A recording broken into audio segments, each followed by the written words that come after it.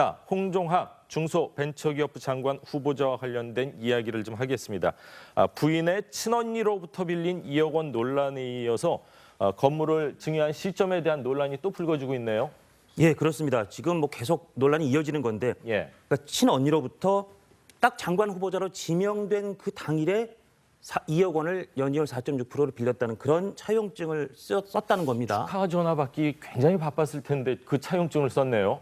보통 이럴 때 그러면 우리가 상식적으로 합리적으로 하는 의심은 무언가 재산에서 소명하기가 힘든 그런 부분이 있어서 그 부분에 대해서 뒤늦게 뭔가 서류를 보완하는구나 그런 느낌이 들죠. 그 부분에 대한 의혹이 하나 일고 있는 거고, 그다음에 지금 우리가 처음부터 가장 문제가 됐던 건 그 장모의 손녀죠. 홍 후보자의 딸이 그 상당액의 지분을 증여받은 부분, 그 시점도 사실은 그 이후에 바로 리모델링이 예정돼 있기 때문에 리모델링으로 값이 뛰기 전에 또 하나의 절세를 위해서 좀 미리 증여한 것이 아니냐. 그러면 그리고 그 지분을 인수한 다음에 리모델링이 됐다면 원칙적으로는 그 딸도 그 리모델링 비용을 부담해야 되는 거거든요. 예. 그 부담한 흔적이 없기 때문에 그렇다면 결국은 여러 가지가 다 미성년인 딸에게 그 지분을 넘겨주는 전후 좌우 과정에서 세금을 계속 아끼려고 하는 조금 과도한 노력이 있지 않았냐, 이런 의혹이 계속 일 수밖에 없는 것 같습니다. 하나 그리고 영상 저희가 소개해드릴 텐데, 홍 의원에 대해서 지금 가장 많이 문제 제기하는 건 내로남불 아닙니까? 예. 본인이 그렇게 비판을 많이 했는데 그 비판한 비슷한 얘기를 본인은 행동을 계속 하지 않았냐. 예전에 어떤 질타를 했었는지 그 그림을 한번 보시겠습니다. 엄청난 지금 재산 축적이 이루어졌고 그 재산들은 그냥 있어요. 팔지 않았어요. 그러니까 아파트로 인해서 그건 가정사입니다. 가정사기 때문에 지금 가정사가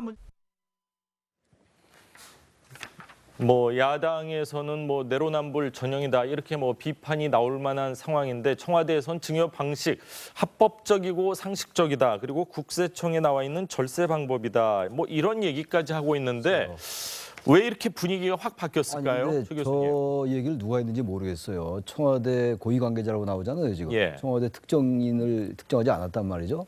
저 말을 한 사람이 저는 이 상황을 더 악화시킬 수 있다고 생각합니다. 지금 아까 장 부장이 얘기한 그 부분 말고 그 전에 제기됐던 여러 문제들도요. 합법적인 절세가 될지 모르겠어요. 예. 그러니까 이른바 이제 불법은 아니다라는 거예요, 지금 청와대 입장에서는. 그렇죠. 불법은 아닌데 절세 방식이다. 그래서 절세와 이 탈법이 뭐 경계 있다 이런 말들도 하더라고요.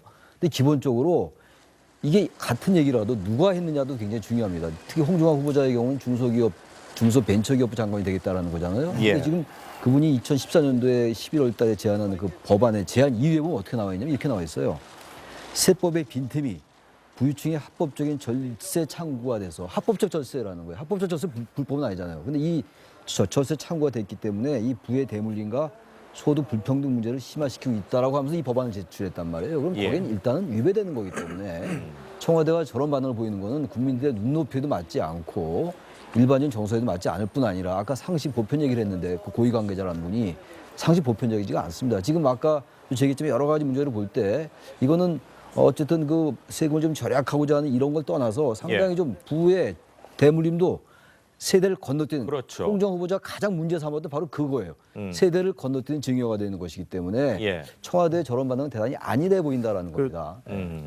제가 고 지금 박사님. 예. 여러 차례 안타깝지만 홍종학 후보자가 자진 사퇴로 더 이상 상처 안 받았으면 좋겠고 예. 정권에 부담 안 줬으면 좋겠다, 이런 취지의 말씀을 지금 드리고 있습니다. 그런데 제가 오늘 아침 시점에서는 홍종학 후보자의 문제가 아니라 문재인 정부의 문제로 지금 확산되고 있다, 이렇게 느낍니다. 그래서 사태가 훨씬 더 심각해지고 있습니다. 그래서 지금이라도 저는 홍종학 후보자가 개인적으로 용퇴를 해서 예. 정권에 대한 부담을 빨리 줄여주는 것이 좋겠고, 그게 안 되면 청와대가 지명 철회를 하는 방식으로라도 이 문제 빨리 해결해야 된다 생각하는데요. 아까 잠깐 자료가 나온 것 같은데, 청와대 고위 관계자 그러면 보통 장 기자 어떻습니까? 수석을 되게 이렇게 얘기하지 않습니까? 보통 수석급 인사가 보통 임명을 전달할 때 그렇게 임명을 철회해달라 그럴 때 고위 관계자로 얘기하니까 이게 책임 있는 사람의 얘기라고 예. 보면 두 가지 얘기가 나오는데요. 이를테면 부에 대물림 안 된다고 칼럼을 썼다고 해서 장모님이 그러면 그 건물 뭔가 주면은 안 받을 거냐? 예. 라고 칼럼니스트한테 이런 식으로 이제 비난하듯이 화살이 좀 얘기했어요. 돌아갔어요. 또 더 나가서 기자한테도. 기자한테도 예. 기자들도 기사 쓴 대로 살아야 되는 거 아닌가? 예. 뭐 이 청와대가 뭐 이 언론인들도 좀 언행일치로 살아라라고 요구하는 것이니까 저는 좋은 얘기라고 일단 해석하고 싶습니다. 그러나 이 홍정학 후보자의 이 문제, 말하자면 야권이나 국민들 다수가 이건 내로남불 전형인 것 같다라고 하는 데 대해서 예. 청와대가 이런 수준으로 해명을 하고 있다면, 그리고 아니 그러면 당신들은 그럼 법대로 살고 있냐, 말한 대로 살고 있냐라고 한다면, 그렇다면 이 문제에 대해서 국민 여론에 귀를 닫고 있다는 뜻으로 저는 볼 수밖에 없습니다. 예. 자, 그렇다면 청와대가 왜 이렇게 국민 다수가 심각하게 생각하는 뭐 합법이냐 불법이냐라고 하는 것은 사실은 이미 그 차원을 떠난 문제입니다. 이렇게 내로남불의 전형이라고 보는 이 홍정학 후보자에 대해서 이렇게 적극적으로 옹호하고 나서는가? 예. 그것도 말하자면 이 보도를 하는 언론인들을 질타하면서까지 이 사람을 이렇게 옹호하고 나서는가? 저는 이것이 문재인 정부의 도덕주의의 발현 아닌가 이렇게 생각합니다. 뭐냐면 문재인 정부는 적폐를 청산하기 위해서 탄생한 정부고 1700만 촛불이 만들어낸 촛불혁명의 산물이고, 따라서 문재인 정부가 하는 것은 정당하다. 그리고 이 적폐 청산, 수십 년간에 쌓인 적폐를 청산하기 위해서는 정말로 개혁적인 사람들이 전면에 나서야 되고, 홍정학 후보자의 평생을 보건대 참으로 개혁적인 그 주장을 해온 사람이라서 이 사람이 문재인 정부에 있어서 꼭 필요하다. 예. 이런 식의 어떤 도덕주의적인 이 국정운영관이 딱 정립되어 있지 않으면 이렇게 여론을 무시하고 홍정학 후보자를 이런 방식으로까지 엄호할 이유가 없다. 저는 그렇게 생각하거든요. 예. 그 점에서 저는 문재인 정부가 정말 초심에 돌아서서 국민이 아니면 어떤 정권도 유지할 수 없고, 특히 문재인 정부는 그렇지 않습니까? 예. 그 국민의 소리를 다시 한번 겸허하게 들어야 될 시점이 됐다. 저 그렇게 말씀드립니다. 자, 청와대 고위 관계자가 해명을 한다고 했는데 그게 오히려 홍정학 후보자를 더 어려움에 빠뜨리는 거 아닌가? 혹시 좀 홍정학 후보자를 싫어하는 마음이 있어서 이렇게 더 논란을 일으키지 않았나 하는 생각이 들 정도로 해명이라는 부분이 국민들 입장에서는 납득하기 어려운 부분이 많은 것 같습니다. 라고 칼럼니스트한테 이런 식으로 이제 비난하듯이 사활이 좀 얘기했어요. 돌아갔어요. 또 더 나가서 기자한테도 기자한테도 예. 기자들도 기사 쓴 대로 살아야 되는 거 아닌가? 예. 뭐 이 청와대가 뭐 이 언론인들도 좀 언행일치로 살아라라고 요구하는 것이니까 저는 좋은 얘기라고 일단 해석하고 싶습니다. 그러나 이 홍정학 후보자의 이 문제, 말하자면 야권이나 국민들 다수가 이건 내로남불 전형인 것 같다라고 하는 데 대해서 예. 청와대가 이런 수준으로 해명을 하고 있다면, 그리고 아니 그러면 당신들은 그럼 법대로 살고 있냐, 말한 대로 살고 있냐라고 한다면, 그렇다면 이 문제에 대해서 국민 여론에 귀를 닫고 있다는 뜻으로 저는 볼 수밖에 없습니다. 예. 자, 그렇다면 청와대가 왜 이렇게 국민 다수가 심각하게 생각하는 뭐 합법이냐 불법이냐라고 하는 것은 사실은 이미 그 차원을 떠난 문제입니다. 이렇게 내로남불의 전형이라고 보는 이 홍정학 후보자에 대해서 이렇게 적극적으로 옹호하고 나서는가? 예. 그것도 말하자면 이 보도를 하는 언론인들을 질타하면서까지 이 사람. 자, 홍종학 중소벤처기업부 장관 후보자와 관련된 이야기를 좀 하겠습니다. 부인의 친언니로부터 빌린 2억 원 논란에 이어서 건물을 증여한 시점에 대한 논란이 또 불거지고 있네요. 예, 그렇습니다. 지금 뭐 계속 논란이 이어지는 건데, 예. 그러니까 친언니로부터 딱 장관 후보자로 지명된 그 당일에 2억 원을 연이율 4.6%를 빌렸다는 그런 차용증을 썼다는 겁니다. 축하 전화 받기 굉장히 바빴을 텐데 그 차용증을 썼네요. 보통 이럴 때 그러면 우리가 상식적으로 합리적으로 하는 의심은 무언가 재산에서 소명하기가 힘든 그런 부분이 있어서 그 부분에 대해서 뒤늦게 뭔가 서류를 보완하는구나, 그런 느낌이 들죠.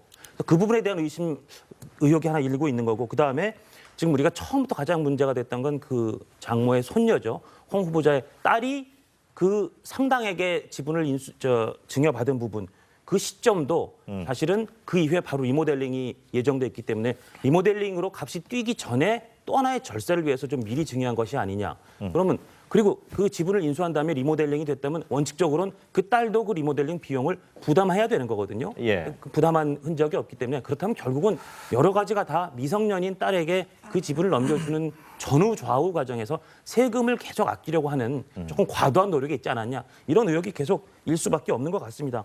하나 그리고 영상 저희가 소개해 드릴 텐데, 홍 의원에 대해서 지금 가장 많이 문제 제기하는 건 내로남불 아닙니까? 예. 본인이 그렇게 비판을 많이 했는데 그 비판한 비슷한 얘기를 본인은 행동을 계속 하지 않았냐. 예전에 어떤 질타를 했었는지 그 그림을 한번 보시겠습니다. 엄청난 지금 재산 축적이 이루어졌고 그 재산들은 그냥 있어요. 팔지 않았어요. 그러니까 아파트로 인해서 그건 가정사입니다. 가정사기 때문에 지금 가정사가 뭐 야당에서는 뭐 내로남불 전형이다 이렇게 뭐 비판이 나올 만한 상황인데 청와대에선 증여 방식 합법적이고 상식적이다 그리고 국세청에 나와 있는 절세 방법이다 뭐 이런 얘기까지 하고 있는데 왜 이렇게 분위기가 확 바뀌었을까요, 아니, 최 근데 교수님? 저 얘기를 누가 했는지 모르겠어요. 청와대 고위 관계자라고 나오잖아요, 지금. 예. 청와대 특정인을 특정하지 않았단 말이죠. 저 말을 한 사람이 저는 이 상황을 더 악화시킬 수 있다고 생각합니다. 지금 아까 장 부장이 얘기한 그 부분 말고 그 전에 제기됐던 여러 문제들도요. 합법적인 절세가 될지 모르겠어요. 예. 그러니까 이른바 이제 불법은 아니다라는 거예요, 지금 청와대 입장에서는. 그렇죠. 불법은 아닌데 절세 방식이다. 그래서 절세와 이 탈법이 뭐 경계 있다 이런 말들도 하더라고요. 근데 기본적으로 이게 같은 얘기라도 누가 했느냐도 굉장히 중요합니다. 특히 홍종학 후보자의 경우는 중소벤처기업부 장관이 되겠다라는 거잖아요. 예. 근데 지금 그분이 2014년도에 11월 달에 제안한 그 법안의 제안 이유에 보면 어떻게 나와 있냐면 이렇게 나와 있어요.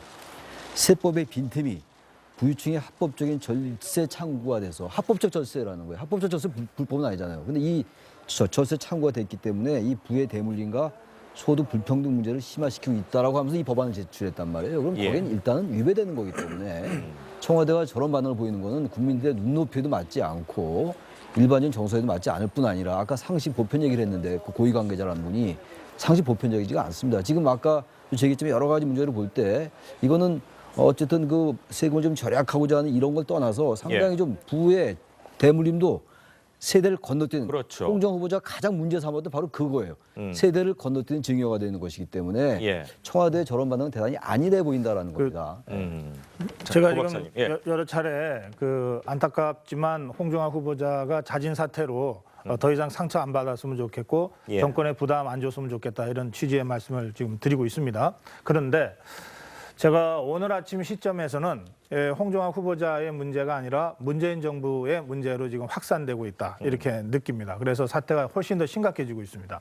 그래서 지금이라도 저는 홍종학 후보자가 개인적으로 용퇴를 해서 예. 정권에 대한 부담을 빨리 줄여주는 것이 좋겠고 그게 안 되면 청와대가 지명 철회를 하는 방식으로라도 이 문제 빨리 해결해야 된다 생각하는데요. 아까 잠깐 자료가 나온 것 같은데 청와대 고위 관계자 그러면 보통 장 기자 어떻습니까? 수석을 되게 이렇게 얘기하지 않습니까? 보통 수석급 네, 인사가 보통 임명을 전달할 수석급을 때 그렇게 임명으로 처리해달라 그럴 때 고위 관계자로 얘기하니까 이게 책임 있는 사람의 얘기라고 보고 예. 보면 두 가지 얘기가 나오는데요. 이를테면 부에 대물림 안 된다고 칼럼을 썼다고 해서 장모님이 그러면 그 건물 뭔가 주면은 안 받을 거냐? 예.